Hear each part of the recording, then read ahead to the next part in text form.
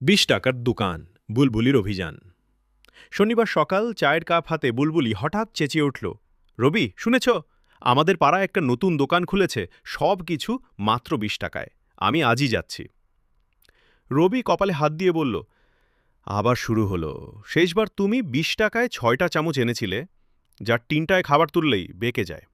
বুলবুলি চোখ গোল করে বলল, আরে সেইটা ভুল ছিল, কিন্তু এই দোকানটা নাকি স্পেশাল, ফেসবুকেও রিভিউ দিয়েছে, অবিশ্বাস্য দাম, অবিশ্বাস্য জিনিস।